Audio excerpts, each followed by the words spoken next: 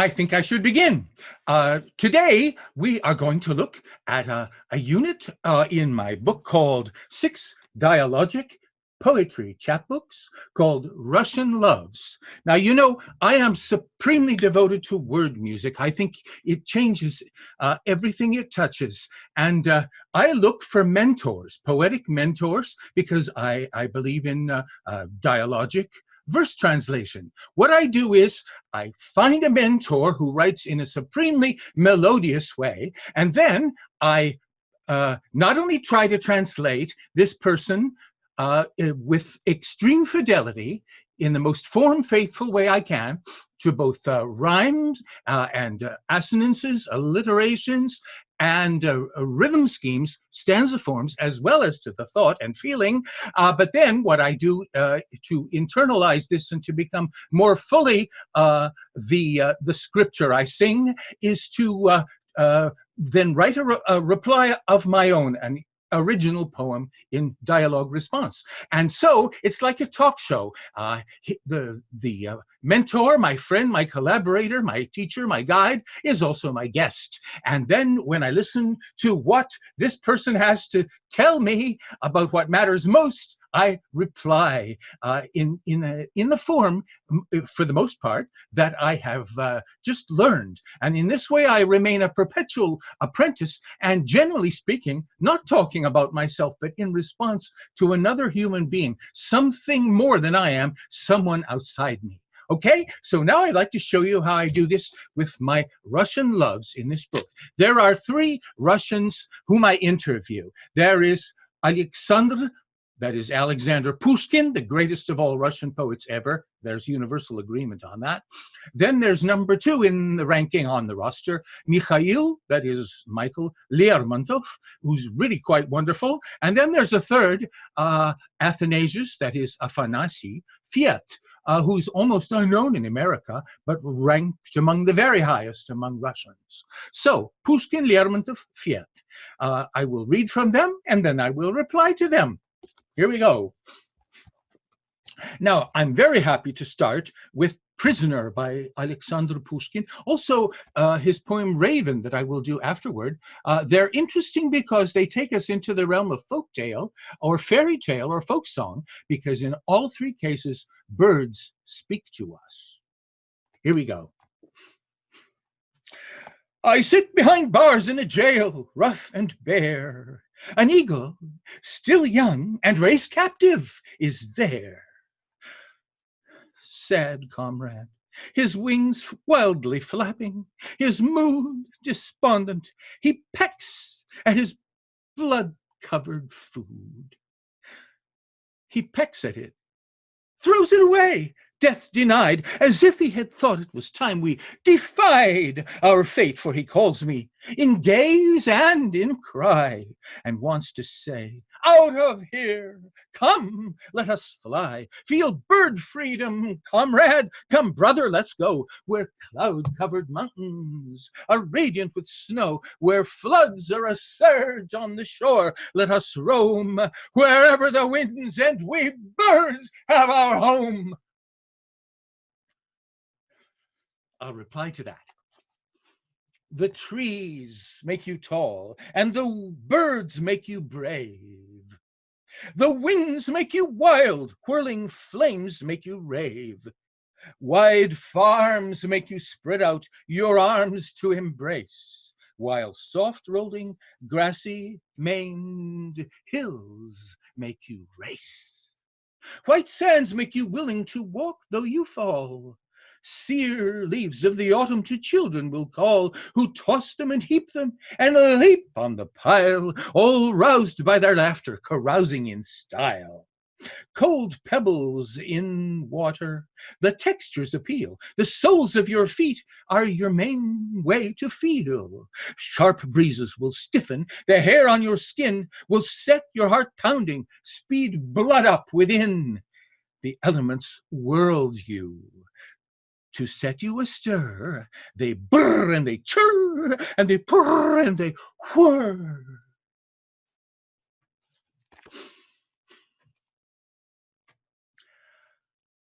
That bird got to me. Now we will have two more birds. They're having a conversation of a different kind and not so nice. Ravens. Raven flies toward raven brother. Raven shouts to ask the other. Raven, have you found some food? I am in a hungry mood. Raven answers eagerly. Underneath a willow tree, in a field a knight I saw, ready killed for raven's maw. Who it was that laid him low, sure his falcon well must know. Falcon, steed, and waiting wife, they can tell who took his life. Falcon's gone in deepest green, on the steed a foe was seen, and the wife awaits her dear, not the dead one, to appear. That is just a perfect folk song, could be set to music. I'm sure it has been many times. Here's my reply. In the light of my present day world, Cloud cried out to comrade Cloud, brood not, brother, stay unbowed. Cyclone, hurricane, typhoon, let us love a tempest tune. We will rage, and so will they who have set the winds in play. Men have heated up the seas, force will heave the storm with ease. Waiting for the final day, all who raven on the prey sing a hymn of dark delight to the coming of the night. Men have aided all they might, let them die, they fly the light.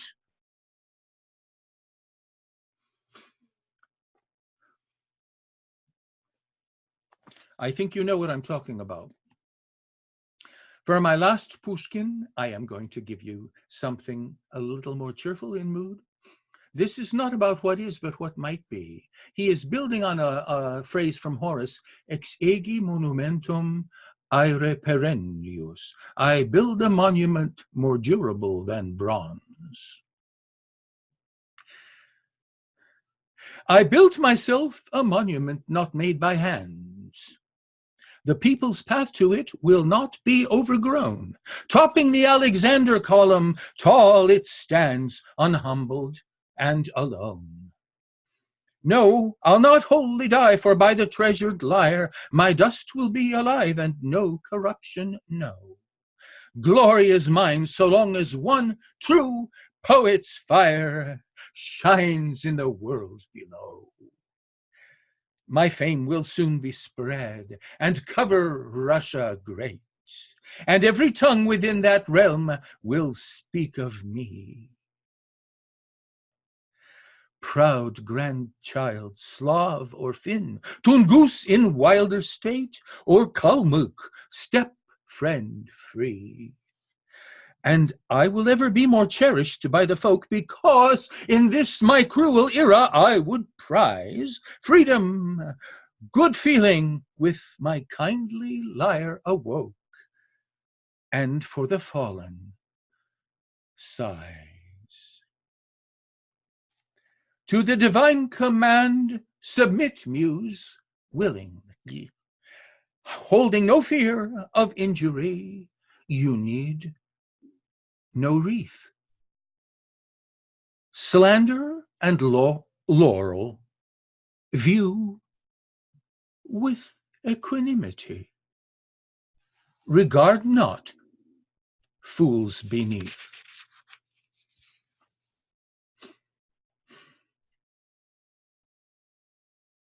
I did this uncharacteristically, not in the Pushkin form, but in Dante's Terza Rima, a form that he used in the Divine Comedy, which is rhyming lines 1 and 3, 4 and 6, 1 and 3, 4, 2 and 4, and so on.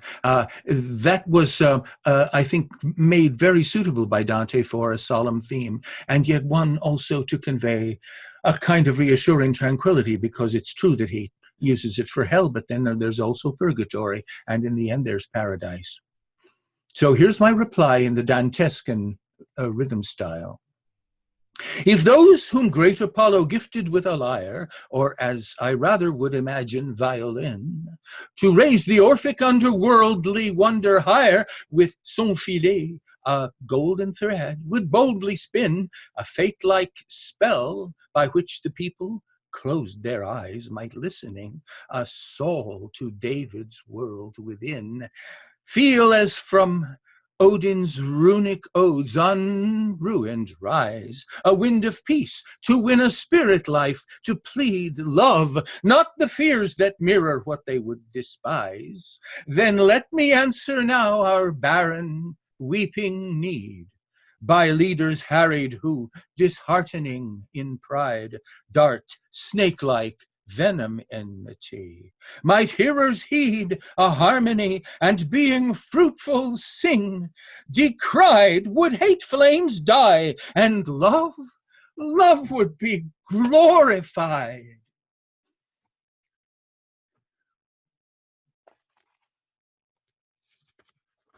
And so we'll take our leave of Pushkin, my first cherished mentor, and my second mentor now is Lermontov, and I have a couple of my favorite poems by him.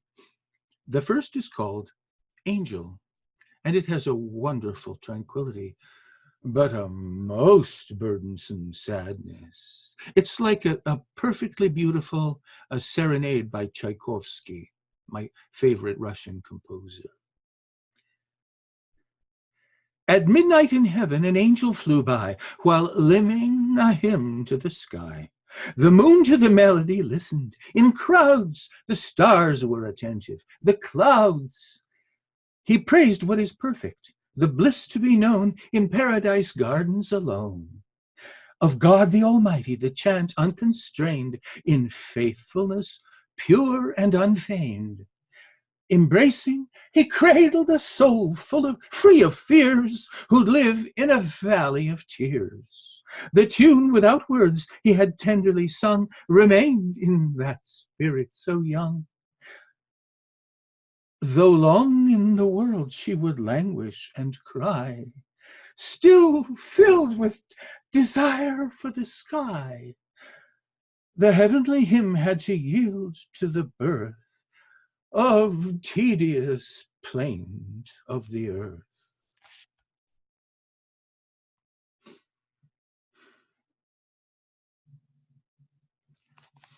I have also got a mixed mood presentation in my reply. I call it Homo dubitans. Homo sapiens is the wise man. Homo dubitans is the man of doubt. Mixed mood. When the rafters arise and make dafter the skies, and while higher the laughter mood flies, may we luten a tune that in rapt plenilune with an answering craft bears a boon? Can an animal strange with abandonment change what its nature deems natural range? May a sadhu in age avid passion assuage, and made naked be maiden and sage? We may doff or may don what by morning ray drawn made us trade in the yawn for the yawn. Twixt the more and the less, the distinction we'd bless, if we littler could tell from largesse.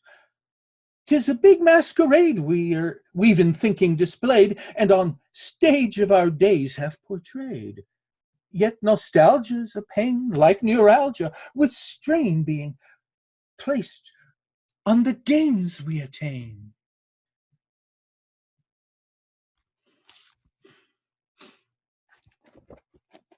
I have one more poem by Lermontov, and maybe it sums up the men as well, maybe better than anything he ever wrote. He loves the clouds. They're so different from him. He feels exiled, driven out, misunderstood and banished.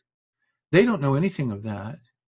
because they're wanderers. And they are so intrinsically and essentially wanderers that they don't know anything at all about home, and therefore they have no homelessness.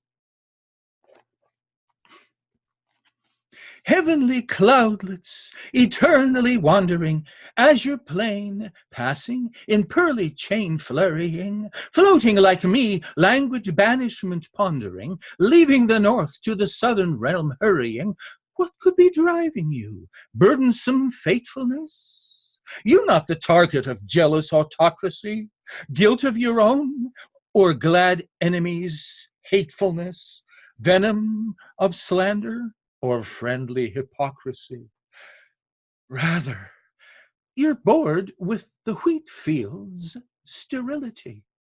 Nothing you know of our passions importunate. Cold, in bold freedom you conquer fragility, having no home and no homelessness. Fortunate! That's Lermontov. I meditate on him for a while in his rhythms. Why the delight, nearly fright of the flying? Here in Epheliad, that's a cloud spirit, sweeter than striving, fleeter the floating, no cry or denying, merely a moment, a height, an arriving. Blithe and unburdened by stature and status, courting authority nowhere and never, cooler cerulean, oral afflatus, moved by an inward ineffable lever, levity entered, an airy escaping, shedding dead weight in a blessed iridescence, empty, unending, renewing, reshaping, jewel bright blue in a trembling juvescence. Ready the rainbow to welcome the dew, warming auroral thrust upward to you. My vision isn't quite so lonely as his. Well, we're different people. I never echo anybody. I try not to imitate, but to emulate. Emulation involves a degree of rivalry. I try to write as well as he, but actually my secret wish is always to write even better. I'm a different person, and what I write feels even more right to me because I'm making it than anything that anyone has made for me, as deeply, as crucially as I am indebted to that. Here's another reply. This time I reply to Pushkin too. I'm so grateful to both.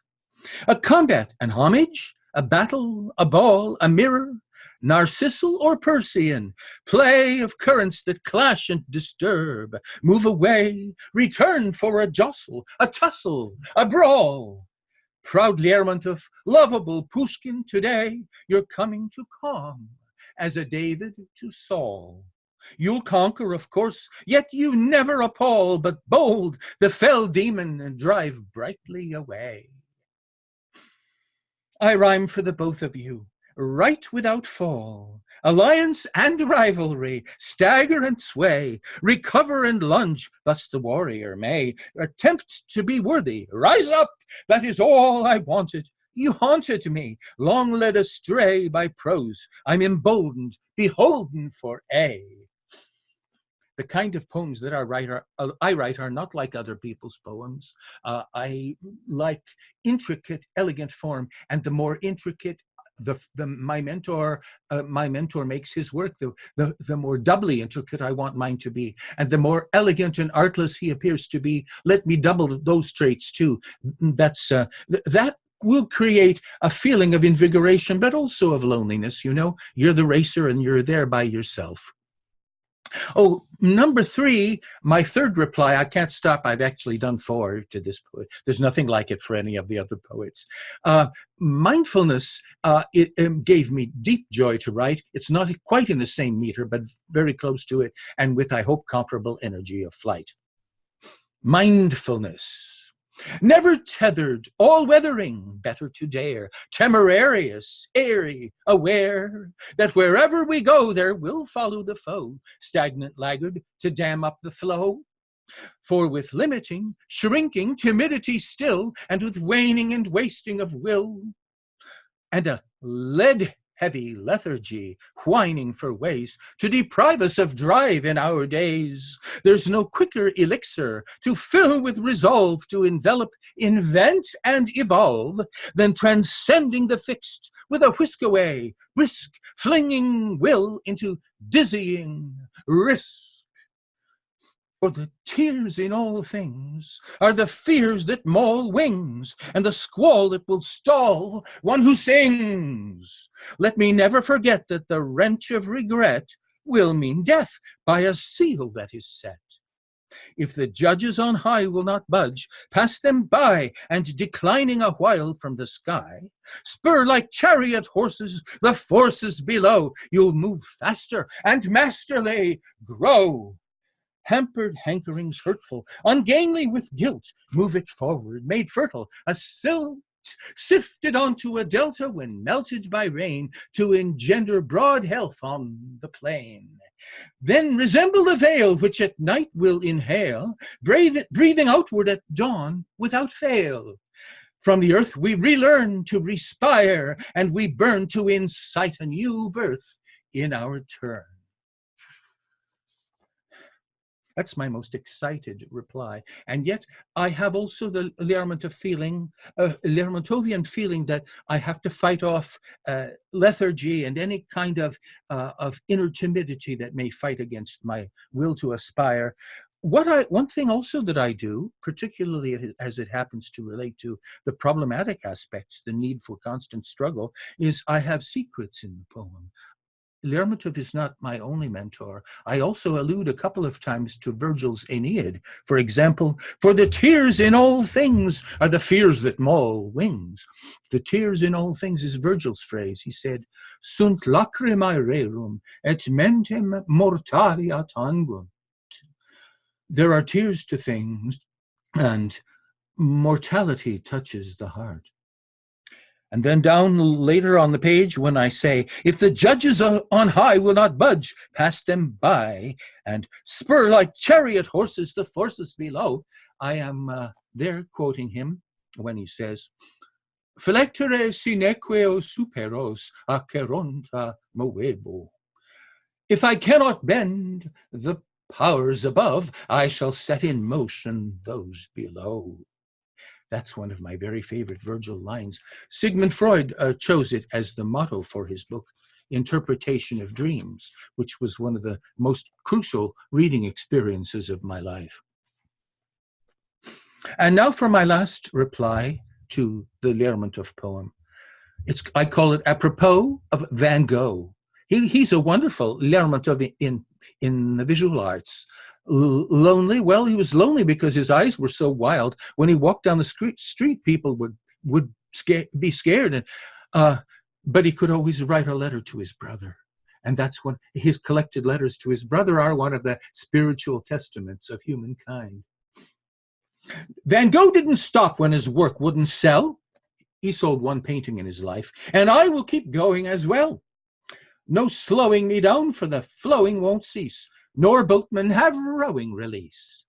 You have to be driven, have striven, have sought for that which no man can be taught, before you'll have thriven, be given a source, reward to the forward to force.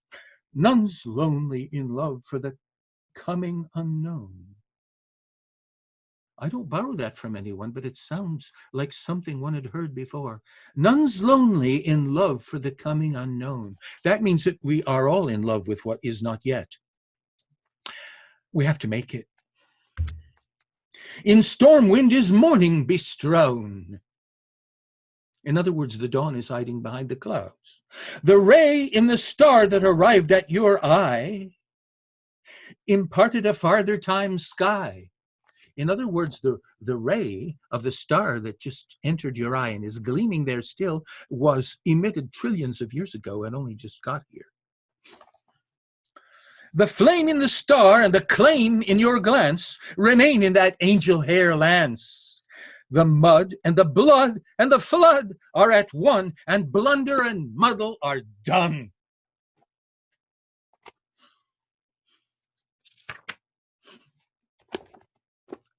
Those are my first two mentors that I've chosen for presentation in the section Russian Loves, which I'm focusing on tonight. I have one last poet. He's been ignored. Maybe people think he's too hard to translate. I don't know. I honestly do not know. I think that literary reputations are very like the stock market.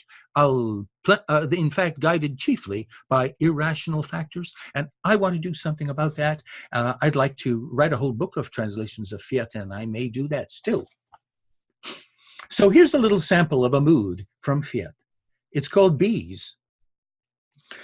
I feel indolent, dull, discontented, hating living alone, and my knees getting weaker, my heart pain augmented, while the lilac buds, airy, fine-scented, are pervaded with buzzing of bees.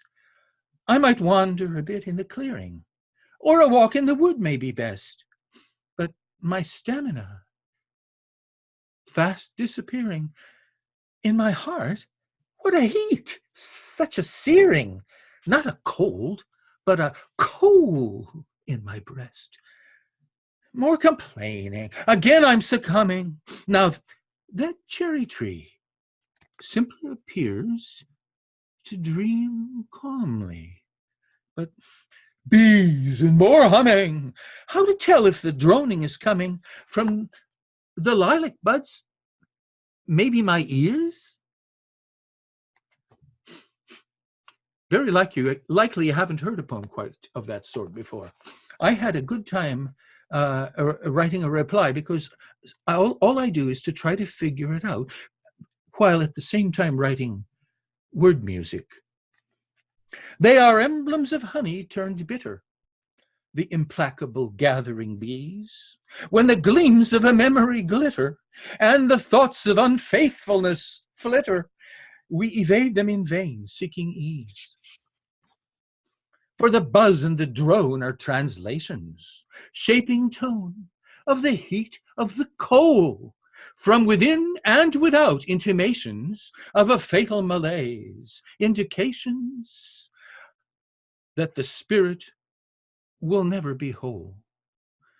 For the lilac aromas are lonely, lightly born from the buds where the buzz means attack. They're alack, they can only feel the harm where a harmony was.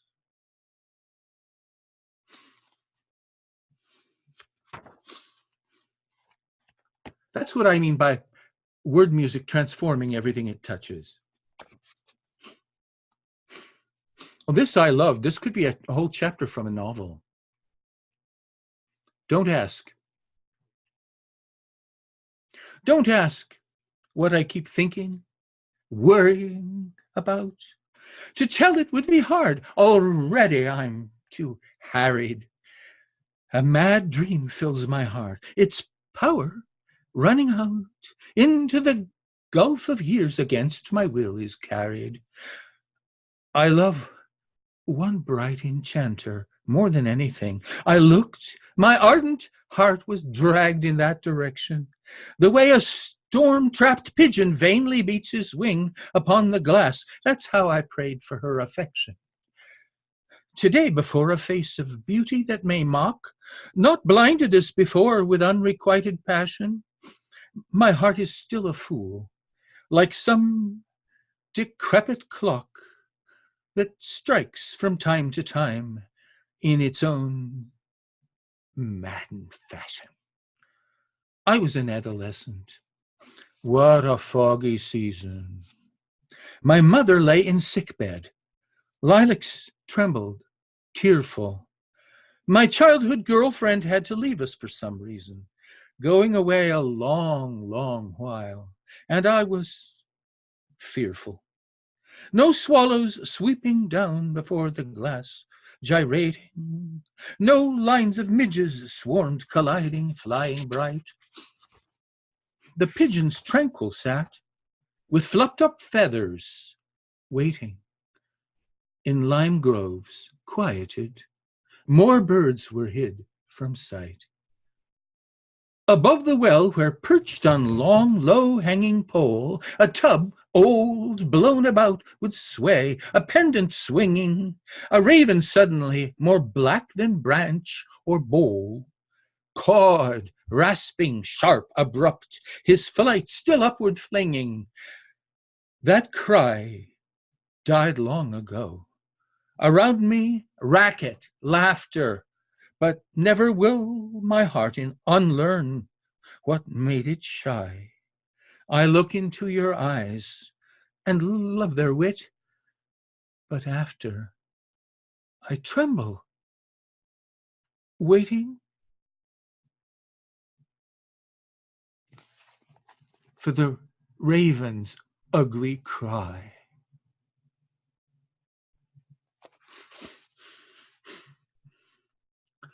Now his psychologist will try to sum up what he was trying to say. They don't always do that. A lot of times they're just quiet and they wait for another week to go by and hear the story repeated. But I was impatient, so I'm going to try to give a Lermontov voice in a somewhat different, clarifying way, I hope. A dream I feel is nothing less than mad will die, despairing, drowning, down the boundless gulf, too late to hold it back. And yet a part of me must try. My girlfriend gone, I would persuade myself, await her loved return, though even pigeons on the gate, uncooing, moveless, made me restless, want to fly. No midge or swallow stirred. The pole, in comic state, tub-topped above the well, felt foolish, and the cry of that unspeakable black bird, a trap awry, alack, a tolling death knoll, for the ghostly mate of soul too hopeful, to my mouth had brought a dry and hoarsely whispering admission of my fate. A pigeon to this day, and attic trapped am I, and hear that madding raven, and we both know why.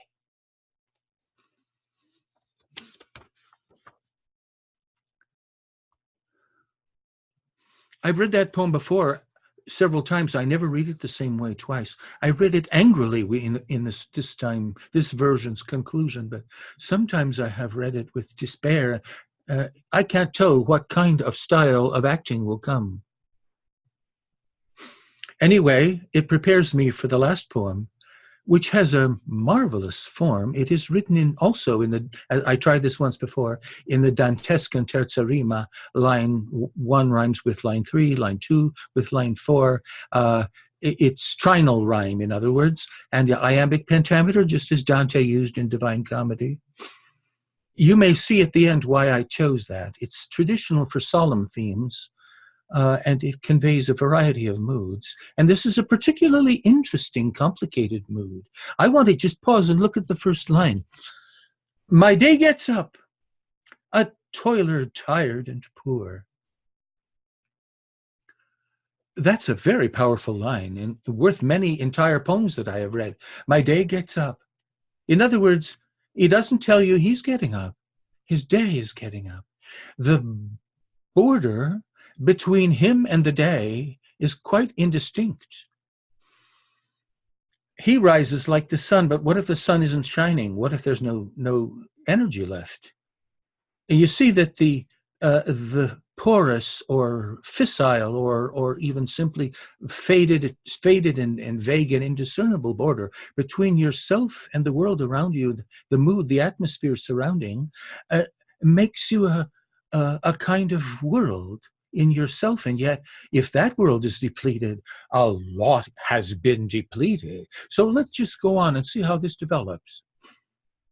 My day gets up, a toiler tired and poor, and tries to shine, devoid of strength, of light. I, anxious, brood and worry, sad, unsure. We're not alike.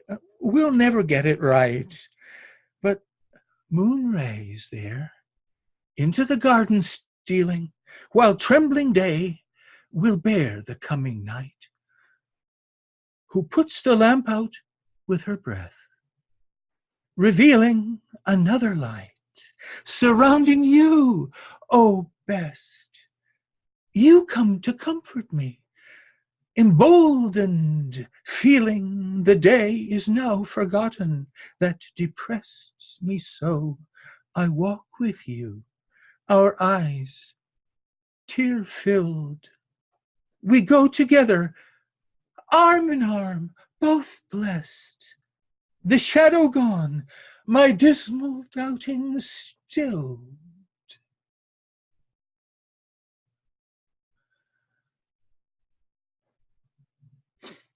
She'll, haloed, hold a hand if he will ask, and born of knightly peace will gracious greet, a helper, counselor, the daylight task, that stole from life whatever had been sweet, a vanished bane and never wholly real. The Holy Mother, coming in to meet, her worry-weakened suppliant can heal a spirit wound from which the tears yet flow. Their commonwealth may balm a painful weal, halted the twofold movement that will go throughout the day toward the magnet pole and back. Fulfillment, fear, above, below. The purgatory of a thirsting soul. You see why I wrote it in the Dantescan terza rima. Dante's middle section between hell and paradise is purgatory. That's where the souls are tested and have to prove themselves. Also, you notice he calls her the Holy Mother, so that she's not exactly like a partner, a spouse, a girlfriend. She's a little too spiritual for that. And that's fitting because he is the sort of person between whose self and the world or mood around him, there's no discernible border. So for her to be a spiritual or semi-spiritual being means that she can be a part of that vague atmosphere that is his totality. Thank you so much.